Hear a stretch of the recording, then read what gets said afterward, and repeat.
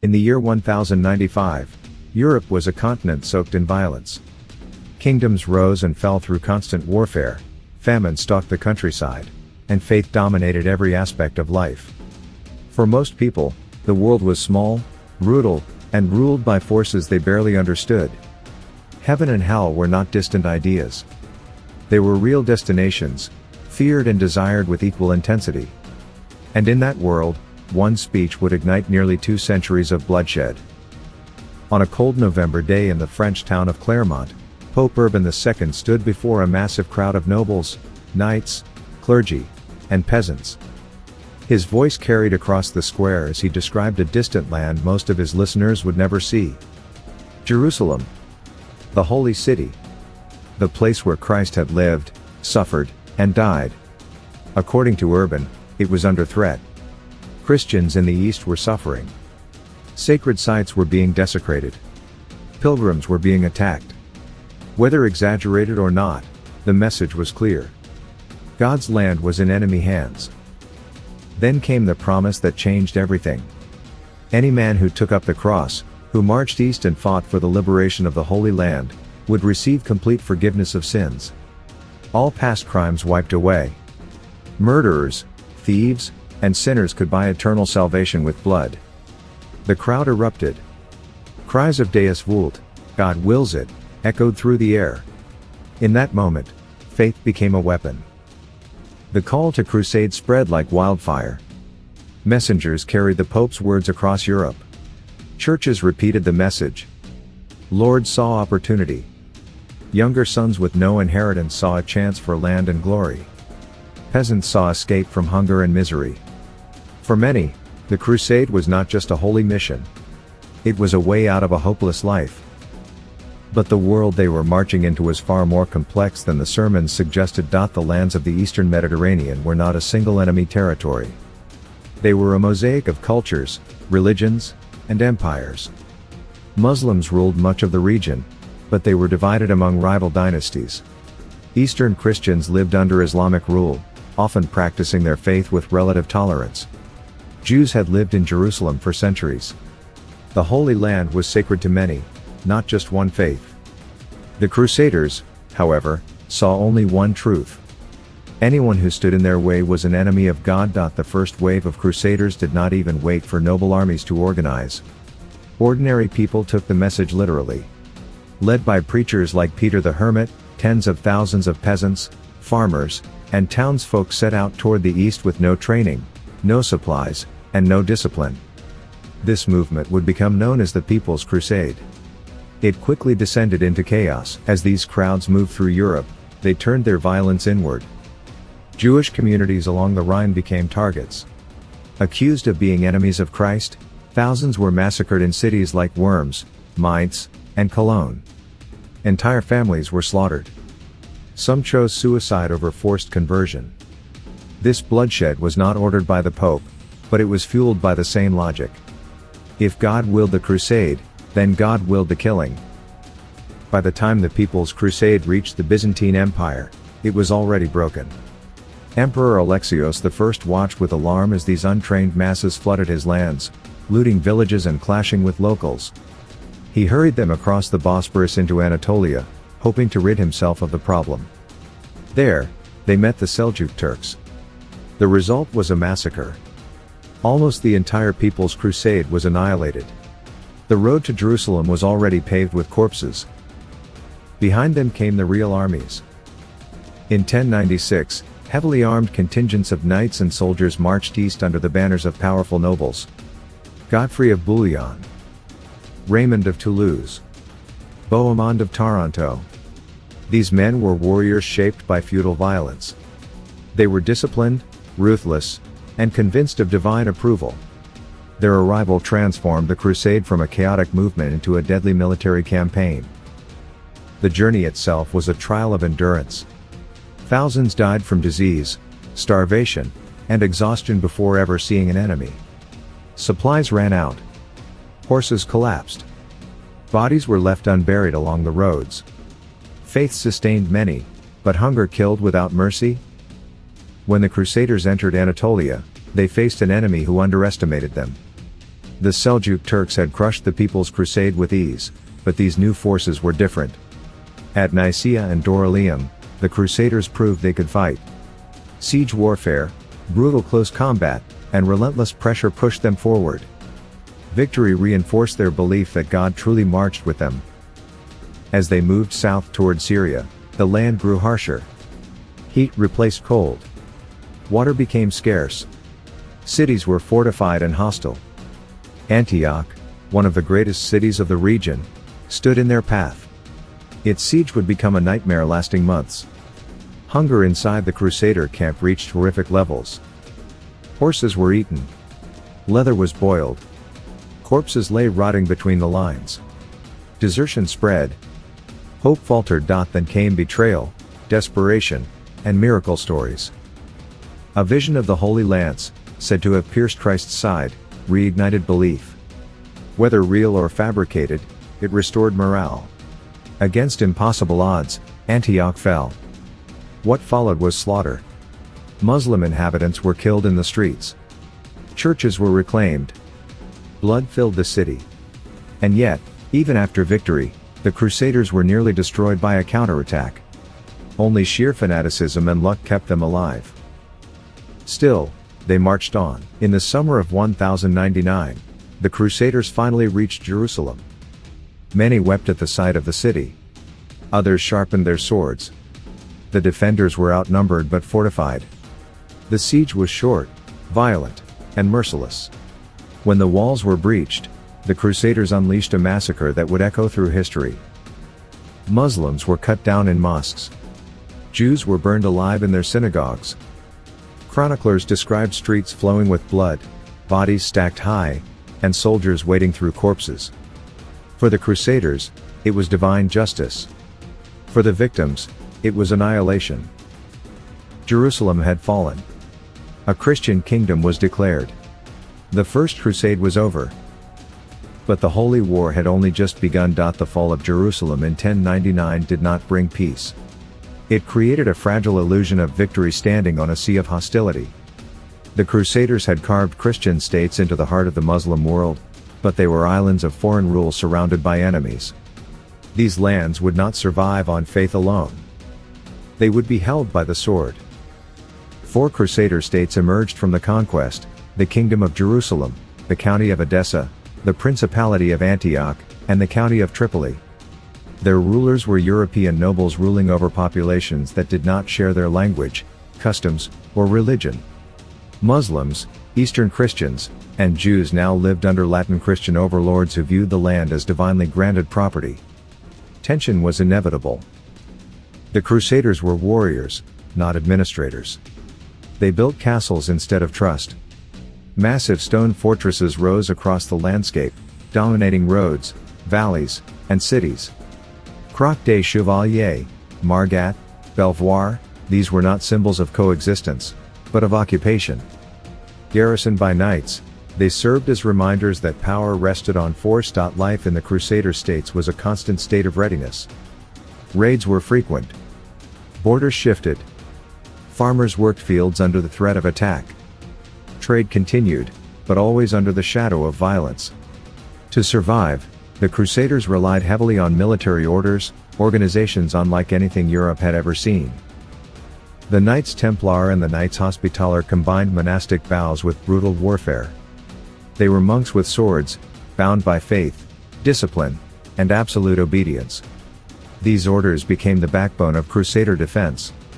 They fought without fear of death, believing martyrdom guaranteed salvation. To their enemies, they were terrifying. To their allies, indispensable. Meanwhile, the Muslim world began to change. At first, Islamic rulers were divided, fighting each other as much as they fought the invaders. But the presence of foreign Christian kingdoms on sacred land slowly united them. The idea of jihad, holy struggle, gained renewed force as a response to Crusader aggression. Leaders emerged who saw the Crusaders not as temporary raiders, but as an existential threat. The first major blow came in 1144, when the city of Edessa fell to Muslim forces under Zengi, ruler of Mosul. It was the first Crusader state to collapse. News of the loss shocked Europe. The idea that God's victory could be reversed was unthinkable. The response was immediate. Another crusade was called. The Second Crusade was a disaster. Unlike the first, this crusade was led by kings, Louis VII of France and Conrad III of Germany. They marched with enormous armies, convinced that sheer numbers would secure victory. Instead, arrogance and poor coordination led them into ambushes, starvation, and defeat. Muslim forces, now more organized and confident, shattered crusader columns in Anatolia. When the remnants reached the Holy Land, they made a fatal mistake. Instead of targeting strong Muslim centers, they attacked Damascus, a city that had previously been neutral. The siege failed. Allies became enemies. The Crusaders withdrew in humiliation. The myth of Crusader invincibility was broken. From the ashes of the Second Crusade rose one of history's most formidable leaders. Saladin. Born in Tikrit and raised in the courts of Syria and Egypt, Saladin was both warrior and statesman. Unlike many before him, he understood that unity was the key to defeating the Crusaders. Through diplomacy, marriage alliances, and war, he brought vast territories under his control. Egypt and Syria were united. The Crusader states were now surrounded. In 1187, Saladin struck. At the Battle of Hattin, Crusader forces marched into the desert under the burning sun, cut off from water. Exhausted and desperate, they were encircled. The result was catastrophic. The Crusader army was annihilated. The relic of the true cross was captured. The military backbone of the Kingdom of Jerusalem ceased to exist in a single day. Jerusalem fell soon after. This time, there was no massacre. Saladin allowed the city's inhabitants to ransom themselves. Many were freed. Churches were spared. The contrast with 1099 was striking. To Muslims, Saladin became a hero of justice. To Christians, the loss of Jerusalem was an unbearable humiliation. Europe responded with fury. The Third Crusade was launched, led by some of the most powerful rulers of the age, Richard the Lionheart of England, Philip II of France, and Emperor Frederick Barbarossa. Their names alone struck fear. Their arrival turned the eastern Mediterranean into a war zone once more. Frederick drowned before reaching the Holy Land. Philip returned home early. Only Richard remained, a brilliant tactician and relentless fighter. He won victories against Saladin but could never retake Jerusalem. The two leaders respected each other, even as they tried to destroy one another. In the end, a treaty allowed Christian pilgrims access to holy sites, but the city remained in Muslim hands. The Crusades continued, but their purpose shifted. Later Crusades targeted not Muslims, but fellow Christians. Constantinople, the greatest Christian city of the East, was sacked by Crusaders during the Fourth Crusade in 1204. Churches were looted. Relics were stolen. Civilians were slaughtered. The crusade, meant to defend Christianity, shattered it instead. The wound between East and West would never fully heal. By the end of the 13th century, the last Crusader strongholds fell. Acre collapsed in 1291, ending nearly 200 years of Crusader presence in the Holy Land. The dream of permanent Christian rule was over. But the damage was permanent. Millions were dead. Entire regions were scarred by war. Hatred between religions deepened into memory. The Crusades reshaped Europe and the Middle East, leaving legacies of violence, mistrust, and myth that would endure for centuries. And yet, the idea of holy war did not die with them. It had been proven. Faith could mobilize armies. Salvation could justify slaughter. And once unleashed, that force could never be fully contained. By the 13th century, the Crusades had lost their original shape. What began as a war to reclaim holy ground had transformed into something far more dangerous. The language of divine violence no longer pointed only outward. It turned inward, consuming Europe itself. The concept of crusade had become a tool. Popes realized that the promise of salvation could be used not just against Muslims, but against anyone declared an enemy of the Church. Political rivals, heretics, entire Christian populations. The cross was no longer a symbol of pilgrimage alone. It became a license to kill. Nowhere was this more evident than in southern France. The Cathars, a Christian sect considered heretical by Rome, lived across the region of Languedoc. They rejected the authority of the Catholic Church, criticized its wealth, and preached a simpler spiritual life. For the papacy, this was intolerable. In 1209, a crusade was called, not against distant infidels, but against fellow Christians. The Albigensian Crusade was one of the most brutal campaigns in medieval history. Towns were besieged and destroyed. Entire populations were slaughtered. When crusaders asked how to distinguish heretics from true believers, a papal representative reportedly answered, "Kill them all. God will know his own." Faith had become absolute violence. Cities like Béziers and Carcassonne were drenched in blood. Thousands died. The region was crushed. The message was clear. No one was safe from holy war. At the same time, crusades expanded into Eastern Europe. Pagan peoples along the Baltic coast became targets of forced conversion. The Teutonic Knights led campaigns of conquest, building castles and imposing Christianity at sword point. Villages were burned. Resistance was annihilated. The crusade had become colonial warfare. Meanwhile, in the Middle East, the legacy of the Crusades continued to shape power struggles. Although the Latin kingdoms were gone, the memory of invasion lingered. Muslim leaders used the Crusades as a warning, a reminder of foreign aggression justified by religion. Distrust hardened into tradition. Back in Europe, crusading culture reshaped society itself. Knighthood became inseparable from religious warfare. Songs, poems, and legends glorified crusader heroes. Children grew up hearing stories of Jerusalem, Saladin, and holy battles fought under the blazing sun. Violence was romanticized. Dying in battle was framed as the highest honor. The economic consequences were just as profound. Crusades drained treasuries and bankrupted nobles. To fund campaigns, kings taxed heavily, borrowed extensively, and sold privileges. Entire financial systems expanded to support holy war. The Templars, once warrior monks, became bankers to kings, until their power frightened the very authorities that once relied on them.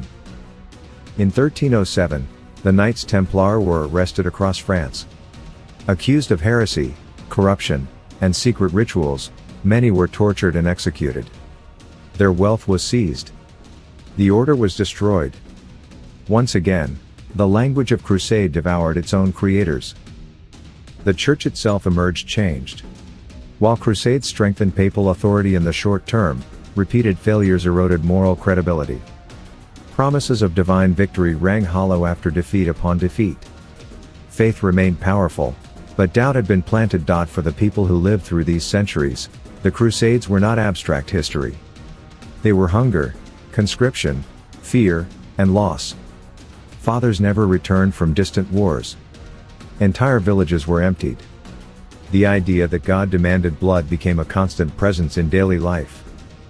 And yet, despite the devastation, crusading ideology refused to die. Even after the Holy Land was lost, new crusades were proposed. New enemies were named. The idea that violence could cleanse sin had taken root too deeply to be undone easily.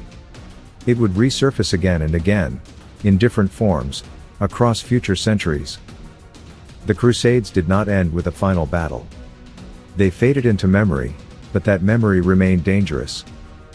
Because once a society accepts that killing can be holy, there is no clear line left to defend. And the echoes of that belief would reach far beyond the medieval world. When the last Crusader strongholds collapsed in the late 13th century, no treaty declared the end of the Crusades. There was no single moment when the Holy War stopped. It simply burned itself out, leaving behind ruins, scars, and memories too deep to erase. What remained was not victory, but a legacy of violence justified by faith. Europe emerged from the crusading centuries transformed. The continent had poured generations of men, wealth, and belief into wars far from home. In return, it gained exposure to new ideas, technologies, and trade routes, but at an immense cost.